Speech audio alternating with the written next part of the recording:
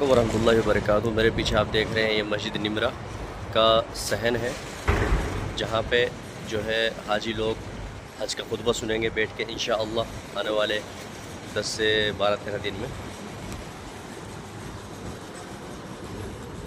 نمرہ جہاں پہ ہوگا حج کا خطبہ انشاءاللہ آنے والے 8-10 دنوں میں۔ اس ٹائم جو ہے تیاری فل چل رہی ہے حج کی۔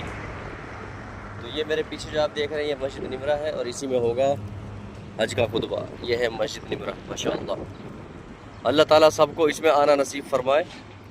کمنٹ میں لکھ دینا آمین، باقی آپ کی مرضی ہے۔